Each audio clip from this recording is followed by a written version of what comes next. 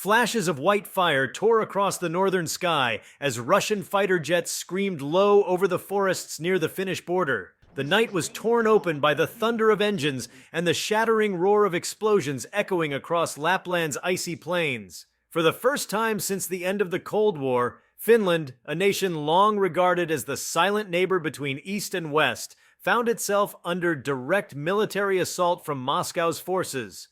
This moment when Russian jets attacked Finland marked not only an escalation of a brutal regional conflict, but also a political and personal reckoning for Vladimir Putin. The man who had once embodied the image of power, control, and unflinching resolve now faced the slow realization that his empire, his legacy, and perhaps even his life were slipping beyond recovery. Before we start, hit the like and subscribe buttons for more exclusive news. Putin's decision to expand hostilities beyond Ukraine into Finnish territory represented more than just a tactical gamble. It was an act of desperation, born out of the recognition that the war in Ukraine, the conflict that was supposed to restore Russia's imperial pride, had instead gutted its economy, fractured its alliances, and exposed the decay within its military machine. As Ukrainian and Western intelligence reported signs that the Kremlin's inner circle was turning inward, distrust spreading like rot through the corridors of Moscow, Putin's last gambit was to strike outward, to remind the world and perhaps himself that Russia still had teeth. The attack on Finland was sudden and brutal. Radar operators in Helsinki recorded the approach of Russian Sukhoi Su-35 jets crossing into Finnish airspace in tight formation. Within minutes, missiles rained down on Finnish military installations near Ivalo and Rovaniemi. The targets were not major population centers, but rather symbolic points: airfields, supply depots, and radar stations. This was not an invasion designed for occupation. It was a statement, a warning to NATO that Russia could still lash out even as its grip weakened elsewhere. Yet the very act only hardened the alliance's resolve, drawing the Western world even closer together in the face of what they now saw as Putin's final, self-destructive spiral.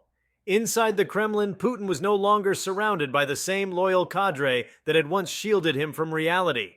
Reports from within Moscow painted the image of a man increasingly isolated, his decisions driven by paranoia rather than strategy. He had dismissed generals, silenced advisors, and elevated sycophants who told him only what he wished to hear. The image of a calculated chess master had eroded into that of a cornered player, moving pieces not to win, but to delay the inevitable checkmate.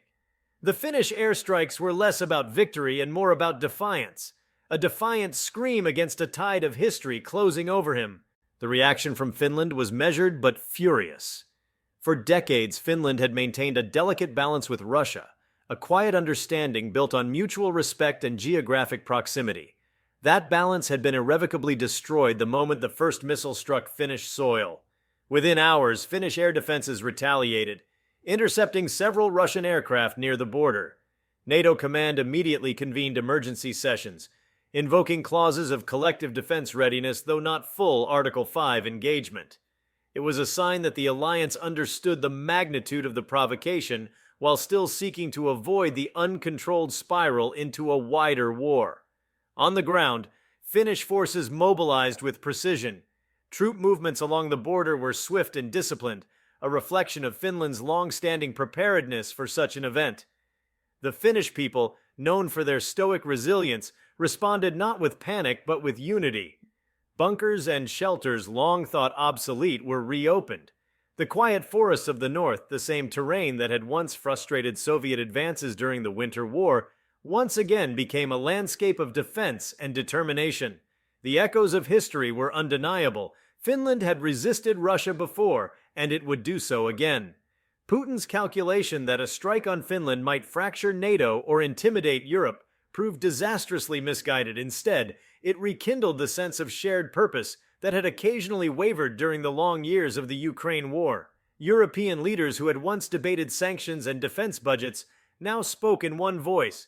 Sweden, newly aligned with NATO, offered immediate logistical support, and the Baltic states surged with military readiness. The skies over northern Europe buzzed with reconnaissance drones and fighter patrols as NATO quietly elevated its alert levels to near maximum readiness.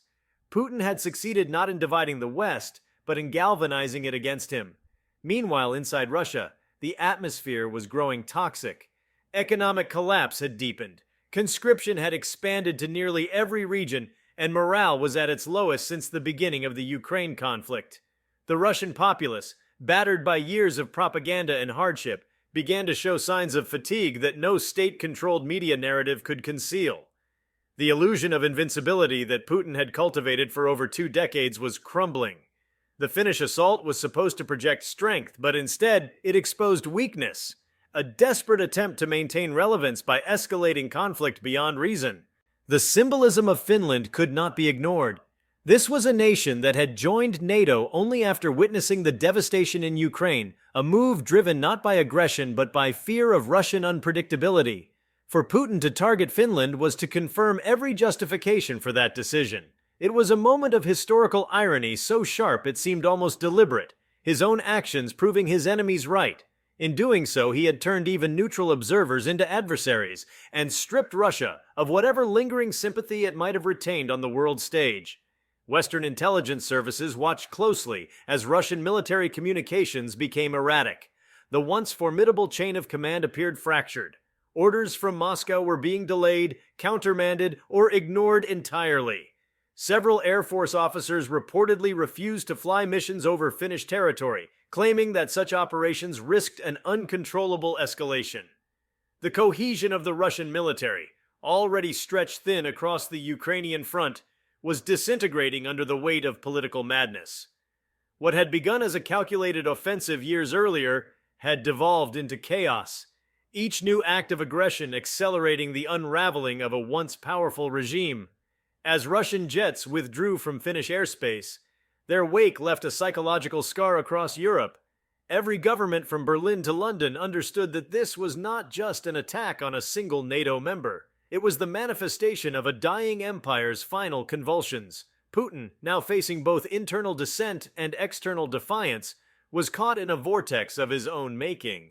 The man who had once boasted of restoring Russian greatness had become the author of its decline. His vision of a resurgent Eurasian order was collapsing, replaced by isolation, sanctions, and mounting military failure. Inside his fortified residence outside Moscow, Putin reportedly held meetings that stretched deep into the night. The tone, once assertive and commanding, had turned erratic and defensive. He demanded reports of loyalty from his generals and intelligence chiefs. He questioned whether Western powers were preparing a decapitation strike. He ordered increased surveillance of internal communications and purges of suspected traitors. These were not the actions of a confident leader. They were the reflexes of a man who felt the noose tightening, not from his enemies abroad, but from within his own system. In Finland, the shock of the assault transformed quickly into resolve. Prime Minister and military officials addressed the nation with clarity and composure, assuring citizens that their sovereignty would be defended. Finnish air defenses, bolstered by Western radar and missile systems, demonstrated remarkable efficiency, shooting down several Russian missiles mid-flight. The image of a small but technologically advanced nation holding its own against a nuclear superpower sent a powerful message throughout Europe. The days of Russian intimidation were over. Every strike Putin ordered only amplified the defiance of those he sought to subdue. Ukraine, too, watched the Finnish development with renewed confidence. The shift of Russian focus northward created tactical advantages along the eastern and southern fronts. Ukrainian forces, already pushing Russian troops back toward their pre-war positions, began to seize strategic opportunities. The idea that the war might soon be approaching its end began to circulate among military analysts. Yet this potential end was not the triumph Putin had promised. It was the slow disintegration of his ambitions. The phrase, Russia-Ukraine war heading to an end, carried with it the sense not of peace, but of collapse. In Moscow's elite circles, whispers grew louder. The oligarchs, long the financial backbone of the Kremlin's influence, began to consider their options. Sanctions had decimated their fortunes. International travel bans and asset freezes left them prisoners of their own wealth.